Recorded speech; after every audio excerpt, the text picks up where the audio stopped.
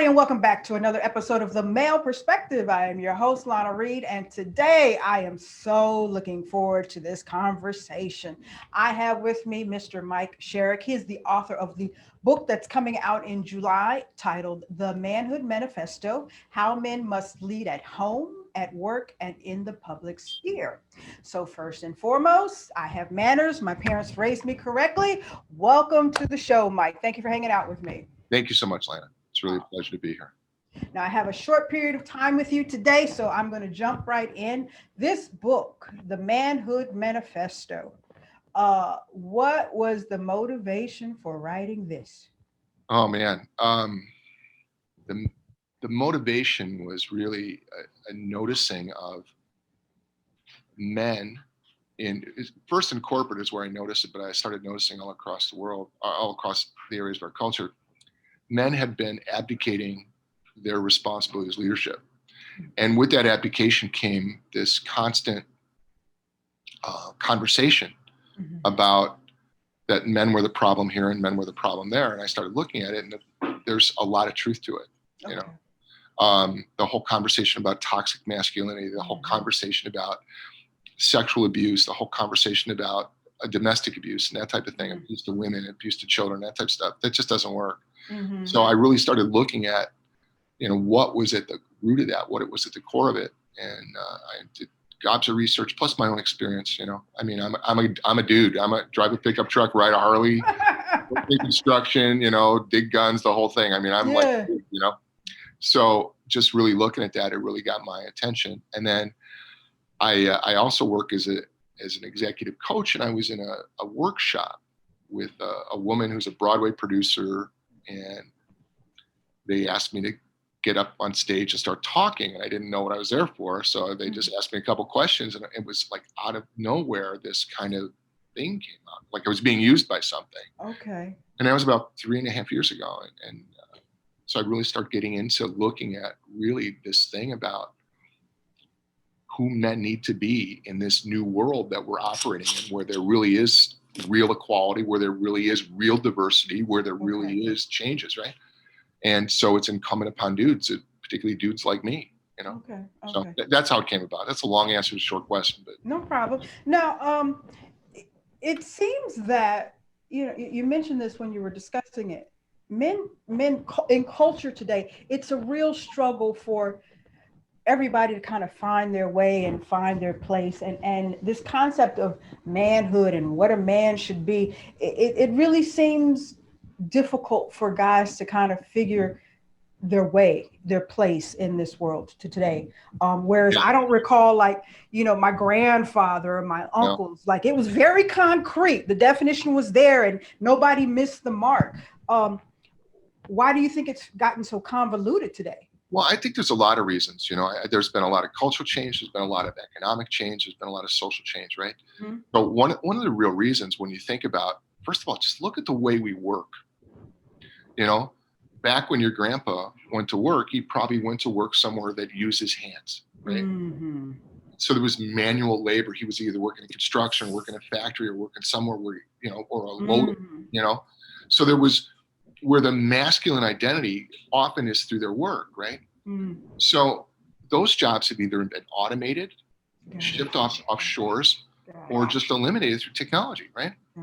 So the expression of masculinity, as we were so trained, I'm sure I'm quite a bit older than you, but so trained back in the 40s and 50s and things like that, was a lot of the quote unquote macho man stuff, like there was value in being able to lift big boxes, right? So that's a big part of it. The other part is some of the social change. 45% of the young men today are raised in single family homes. When you get into the Black community, depending on how you measure it, it could be as much as 70 or 90%. So these young men are going out and they're not seeing traditional male mentoring, shall we say. They're raised by women, right? Okay. And so what's happened, and then you've got this other part where there's been masculine behavior that's gone on that has been, for lack of a better word, the word they use is toxic. I don't like that word, but it's not empowered. It doesn't work that well. And so what happens is we kind of put prohibitions on that, so we knock it down. So what's happened is the way to be a better man is to be less of a man. So that really impacts the way people are, view themselves. So that's kind of what's happening. That's why these guys are looking for themselves. Okay. And yeah, so what you point to is so important. In the book, one of the things I talk about is the most important thing is self-awareness. We've got to be aware of who we are and what our purpose is. All right. Self-awareness. And you want people to be self-aware, and sometimes people feel, male and females, they feel like they're self-aware, but you're looking at them and you're like, no, you're not. And when it comes to men, let me be very general. You guys can be very like headstrong and stubborn at times. Yep. So even when somebody like the Mikes step into their life and say, you know what, your leadership skills are not really up to par, there's a better way for you to do it. A lot of times there's pushback. No, don't. I know what I'm doing. You can't tell me what to do. What is the best way to approach and bring about self-awareness and growth in a man? Well, yeah, I mean, first of all, you're talking about exactly what I do every day. I work as an executive coach and I deal with primarily men. And so typically what happens, I get called into a situation because something's not working the way they want it to. And the problem always starts at the top, right?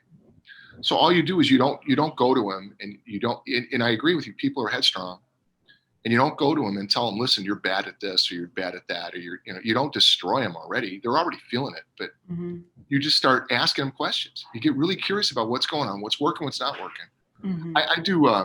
I've got a number of tools I use in some assessments, and I can tell you 100% certainty that for the most part, men are not as aware of themselves as they can be. They're very aware of their external surroundings. They're very aware of the people around them. They're very aware of what it takes to get the job done. They're very aware of the systems that they operate inside of. They're not aware of their role. They're not aware of the impact of how they're not like if I'm a dude, like I'm not aware of how you see me, right? So I'd start looking at myself. Well, I'll just do it this way because it's the way I always done it, right? And we don't know. I don't check in. I don't check and see, if how this affects you or not. So we're not managing our wake. Gotcha. And so self-awareness is the first start in managing our wake. And the other thing that comes with self-awareness then is this ability then to start communicating authentically. Okay. One of the things that's really missing is we're not being authentic. We're being all trying to get results and all trying to get, finish the game and score the touchdown and win a game, all that, right? And make $1 million. But we're not being authentic about it. And the really interesting part of that is when you are clear with who you are and you operate authentically, the likelihood of success goes off the charts. All right. Now, you would hope that you say you're teaching this in the corporate world, so I'm assuming that's a lot of adult men, but you would hope that, and let's say better late than never, whenever you get the message, whenever you get the memo, it's all good and dandy, but you would hope that younger guys would get this. We would start to train boys effective leadership skills and techniques early on in age, so they don't struggle with this when they're 30 and 40 and they're on the job or they're trying to be a leader in their relationships or whatever. How do we start to slowly implement some effective leaderships in the young ones? Well, I tell you, that's kind of why I wrote the book. I really want to start a movement here. Okay. That's really the intention, is to create a movement, and especially I just submitted a bunch of paperwork. Hopefully I'll be on the college tour in the fall, and start dealing with those guys. I mentor a college fraternity chapter, but it all starts with leadership, Lana. So if you start seeing, if the dad comes home or the uncle starts operating in a different way, especially little dudes, they learn through observation, right? They learn by, oh, my dad did that, there's a saying that used to drive me nuts when I was a kid: don't do as I do, do as I say. Well, that's... Oh, my dad used to tell me that one. I know, that's looking back afterwards, right? Because what we do is we check them out and we're going to do exactly what they did. because that's how we learn as little dudes, right? We're watching and we're understanding and we're doing that. So, and that's why it's so important that men operate with integrity, and when they don't, that they clean it up, because we're not going to be perfect. But hey, listen, man, that's not how you do this, right? Clean this mess up and you move forward. Gotcha. But that's why the double down and the whole cover up stuff so doesn't work. Oh yeah. I mean, I assume I'm not a man, but I assume because of all of the societal pressure on what these concepts are of manhood, it makes it more difficult to, oh, I screwed that up. So, what happens is you just kind of plunge forward in the mistake that you made, and not wanting to backtrack and make the necessary corrections. Yeah, I can't tell you how important what you just said is. Listen, there's no, we all make mistakes. We've got this thing about we've got to be perfect. No, you don't have to be perfect. Be really good. I mean, Tom Brady threw 3 interceptions, right? Yes. In the Super Bowl. He threw 3 interceptions in the NFC Championship game. He's still going to the Super Bowl. That's right. And I guarantee you, every time Tom Brady throws an interception, he spends 0 time worrying about it. Because he was in the game authentically. He went for it. It didn't work. Next. And then what happens? And if someone would go up to him and like rag on him about, oh, Tom, listen, I don't have time for that. I got stuff to do. We get so caught up in this looking good and worrying what everyone else is thinking. We got to worry what we're thinking first. And we got to make sure that we're aligned with that purpose of us that we have. Okay. That thing that gives us being and action that's bigger than us. Purpose. And that's what it really is. It's all about purpose, And I think that might be a hindrance. And I'm just, throwing stuff out. A lot of the younger generation, males and females, there just seems to be aimless. What is your purpose? You weren't just born for no reason. So, and I think if you don't have some goal line to get to, you don't know what you're.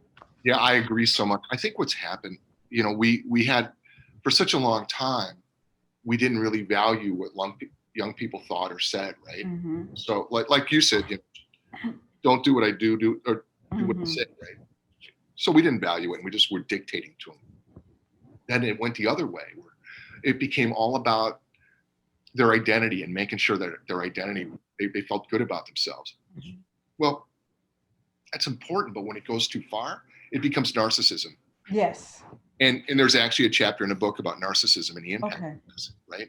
And because narcissism means you're the center of the earth, and you're not, So what we have to do is we really have to be clear on why are we here? And that's a big question.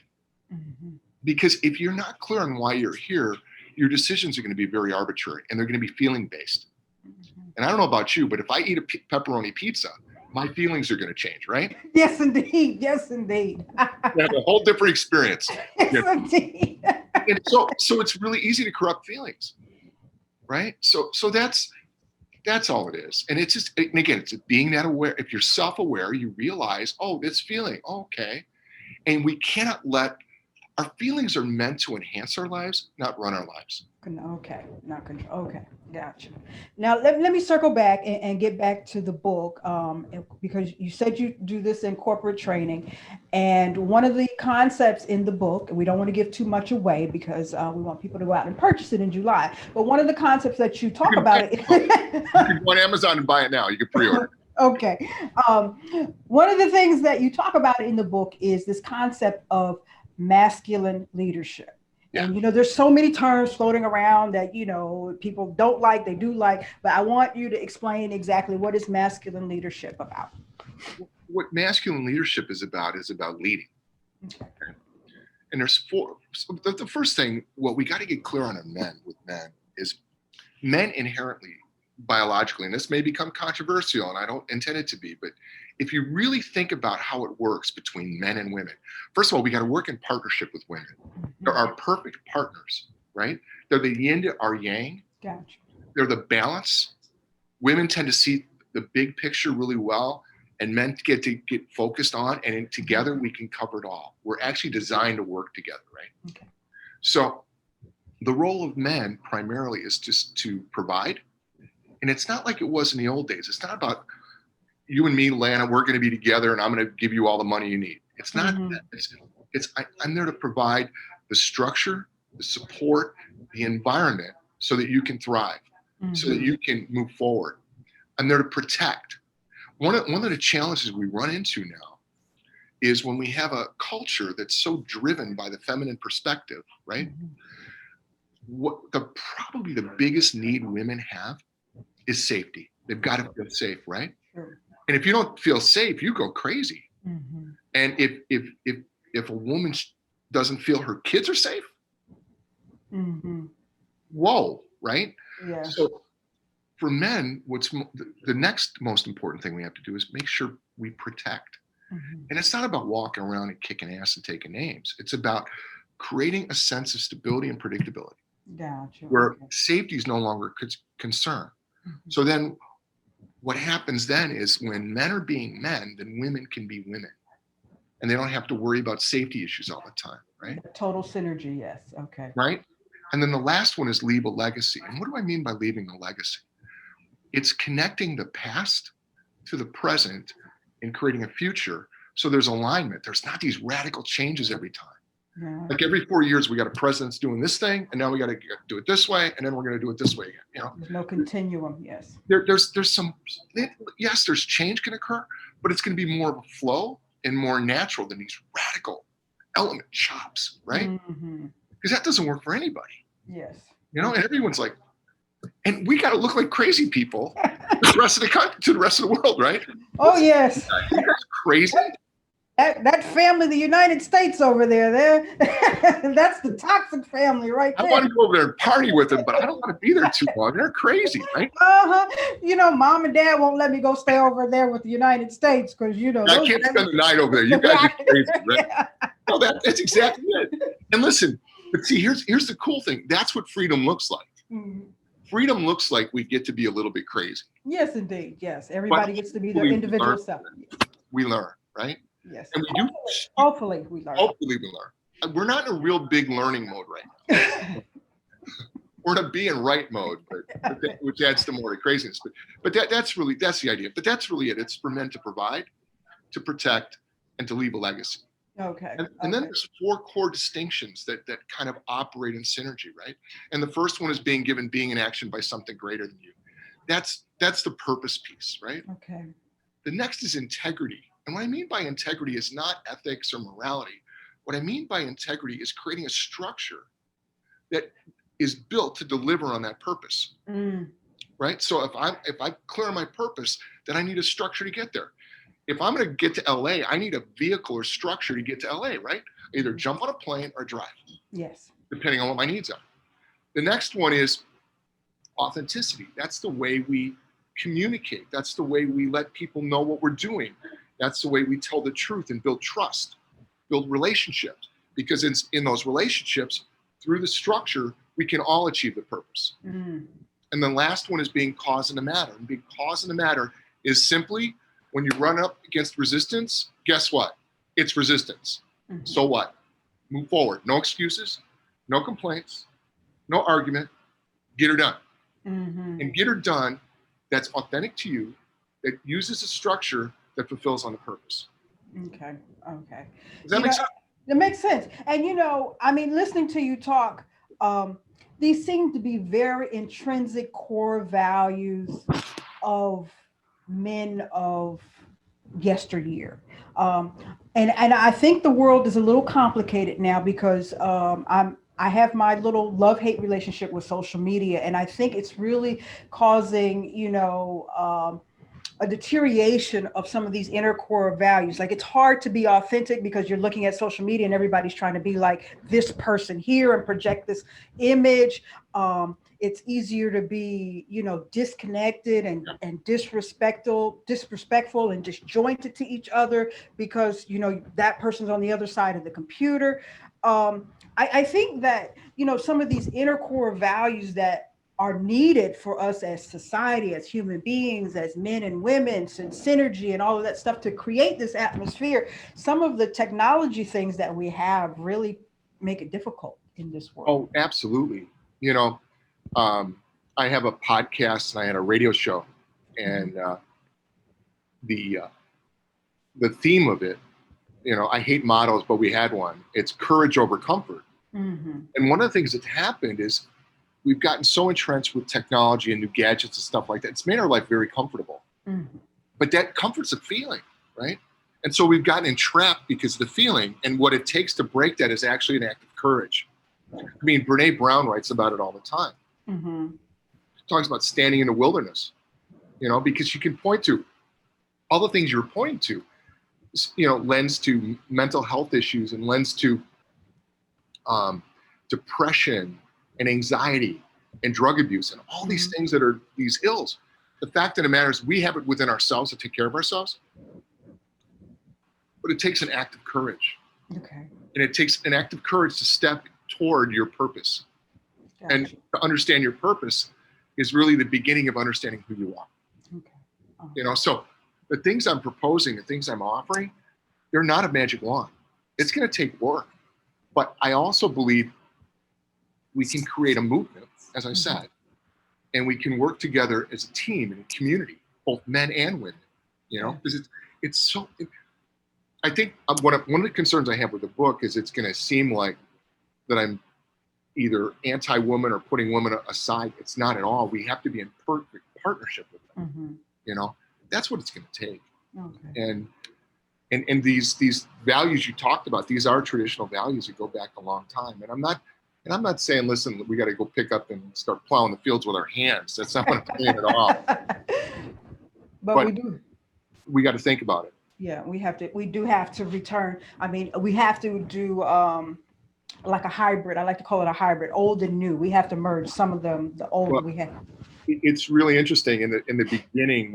So the book, I've got a great publisher, and I had a Manhood Manifesto is not the original title, right? The original title was something that had a very vulgar word in it that's gotten overly popularized. So that got taken out. But we came up with Manifesto, and it's really a great word. But kind of the principle of this is about restoration. Okay. And it's all throughout the book, the idea of restoration. So what do you do when you restore, like if you restore a house or an old car, you still got the bones of it, right? And the structure of it. And you take out all that doesn't work and you put in the stuff that does work today. Okay. You put in the cool technology. You put in the cool HVAC. Okay. And that's really what we're talking about. We're talking about the structure of men as they've always been, because our biology hasn't changed. Sure. And now we can install new insights, different perspectives, new learnings, new ways to communicate, new understanding of what our roles are, new jobs, new expression, all of that, right? Okay. And basically working in partnership and complete balance with our partners, women. Okay. And now, bring up the women, the partnership with women, because you had mentioned earlier some of the responsibilities of manhood is to protect and provide. Now, when it comes to partnership with women, we are in a crisis here in America. The rate is still the same. 50% of the marriages fail. Yeah.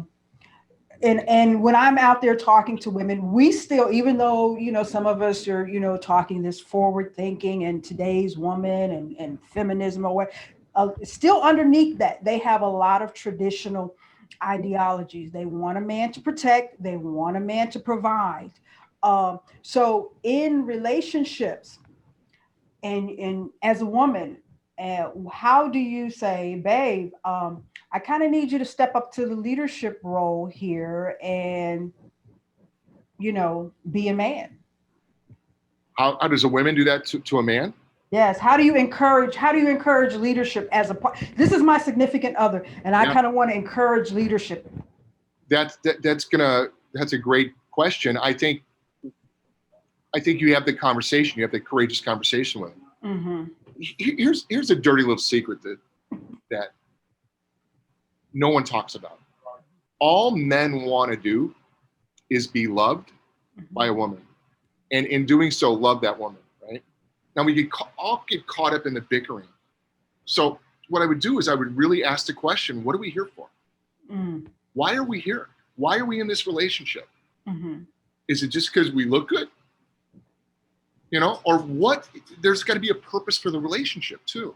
We just look good on the Instagram picture, like, relationship. Exactly. You know, and listen, that's all fun and good, you know, but when you're really talking about creating a partnership, Mm-hmm. you know, what is the purpose of the partnership? Okay. And I don't think we have those conversations now. Okay. And then we get in partnership with someone who's not a good fit, and we're like, oh my God, you know, screwed this one up. Yep. And then, you know, you do that 2 or 3 times, and you got 3 kids from 3 different people, and now you got a mess on your hands, right? A whole mess. Too many personalities to balance. I just had a thought real quick, and forgive me for changing, because if I don't get it out, I'm older than you think I am. I'm telling you that now. So,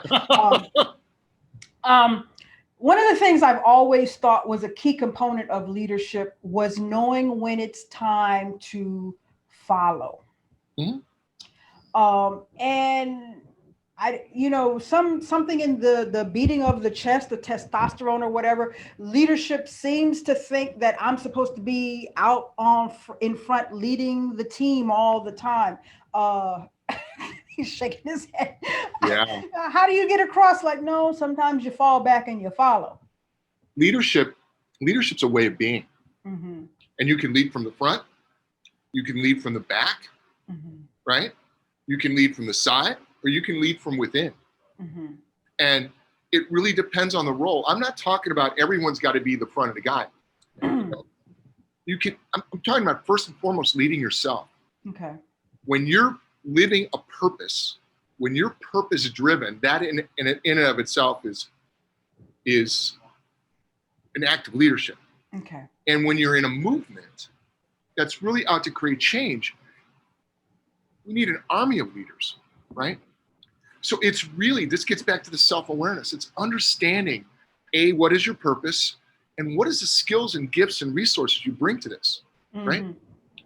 So be you, be the best version of you can be. Mm-hmm. And I'll be the best version of me I can be, and you can count on me for that. Mm-hmm. And then we'll figure it out, you know? When you see a flock of geese, it's not the same guy at the front all the time. Oh, right? Come on, guys, let's go. No, his butt would get worn out, right?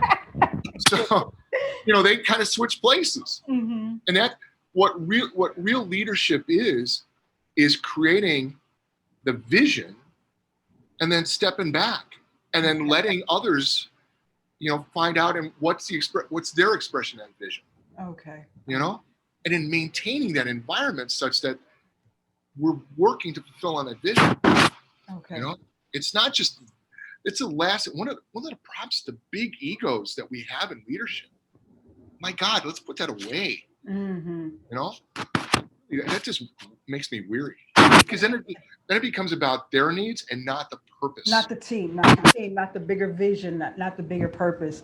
And, you said it numerous times today. And that's kind of one of my stickling points with a lot of people I see out in this community is self-awareness, purpose, vision. I mean, self-awareness, purpose, vision. And it just seems like too many of us in today's world are missing the mark on, you are here for a reason, figure it out, get the plan together and move forward with that. Because I find so many people 40, 50, and they're just getting up every day, doing the 9 to 5. And I mean, you're supposed to be here for a reason. Why are you not trying to figure out this reason? And what I said earlier, I think if we get younger people to realize that, I guess that's why we were all Boy Scouts and Girl Scouts, and we had community service, because you were trying to figure out, okay, no, that didn't work. No, okay, this is really what I'm feeling.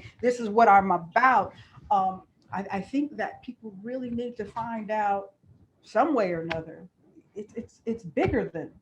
Yeah, that's it, and that's really why I wrote the book. Awesome. Is it became very clear to me that people have lost sight. Because think about when we start thinking about the bigger purpose things, where did we get that from? We got it from our churches and our schools and our communities, like you said, the Boy Scouts and Girl Scouts, right?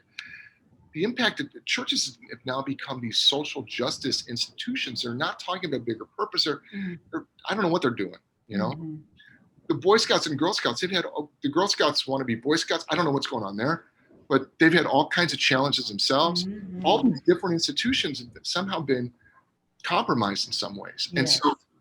And now what's happened also, and you would talk about young boys, there seems to be a lot of structures now for young women. There's a lot of organizations that support them because of the absence we had. There's not so much of that for young men anymore. So they're playing video games, which are inherently violent. Yes. Or they're out on the street, which can be inherently violent. True. Or they're just wasting their minds or doing things that are unproductive. Yes. Especially in the days of COVID now. I just saw statistics this morning on the amount of absenteeism and truancy. Oh yes, across the nation. Yes, so many kids they've lost attendance, lost location of a lot of kids that were normally coming to school on a daily basis. So and they're always in the most marginalized communities. Yes. It's never the kids in the suburbs like in Naperville where I live. That's never the problem there because they got all the support structure, right? But more than that, there's usually some male figure nearby that lets them know this is why it creates a future for them to live into, right? If they don't have that in other parts of the communities, they flounder, and then they grow up and they become non-contributing members of society. Yes, truly understood. Understood. Well, Mike, I could talk, because men, I love to talk about you guys all the time. Hence the show.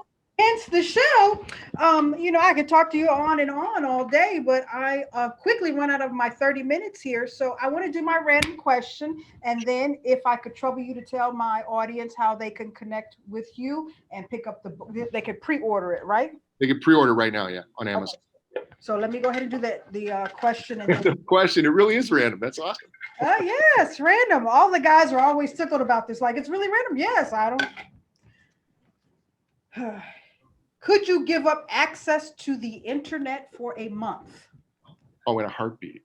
In a heartbeat? How would you locate the latest Harley piece for your bike or whatever? I would get on my Harley and go to the next Harley dealer, right? Oh, in a heartbeat. Okay. In a heartbeat. Yeah. Awesome. Well, Mike, I've truly enjoyed you. Please tell people how they pick up the book, how they connect with you, because you do corporate training and you're going to be doing some other things, hopefully the college tour. So tell us how. Yeah. So probably the best way, you can get the book on Amazon. So just look for Manhood Manifesto on Amazon or look for me on Amazon, Mike Shereck, and you get me there. Or you can go to Post Hill Press, my publisher, and go through there and you see all kinds of other great authors. Probably the best way to get me is my email. Okay. And it's mikeshereck@gmail.com. Okay. And because I'm going through because we're still 6 months from the book being released. So I'm going through this whole website. Got you. This is a little early, but yeah, just hit me up on Facebook. There's also a Manhood Manifesto Dude and Dudette Club, right? On Facebook that you could join if you'd like. All right. And then you can find me on LinkedIn. Okay, awesome. Good to know. And you are in Chicago. I don't think we talked about that. So the next time it's one of my cheat days and I can afford it, I'll kind of hook up with you for Chicago pie. Oh, for sure. We don't call it pie, we call it pizza. And pizza. That thick layer of No. We're gonna take you for real Chicago pizza. Okay. That 2 inches of cheese and bread. No. We're gonna take you out into the neighborhoods and get real pizza. I'll put 20 pounds on you. Right, there goes my whole cheat month right there. Exactly. Yeah. Awesome. Well, I've truly enjoyed my time with you today, and I wish you much success. And I truly, truly appreciate you hanging out with me. I tell everybody time is a gift. It's something we cannot get back. So I appreciate every moment that somebody gives me. So thank you so much for your time today. Thank you so much, Lana. It's really been a joy. Awesome. That's all for this week's episode of The Male Perspective. I'm your host, Lana Reid, and I will see everybody next time.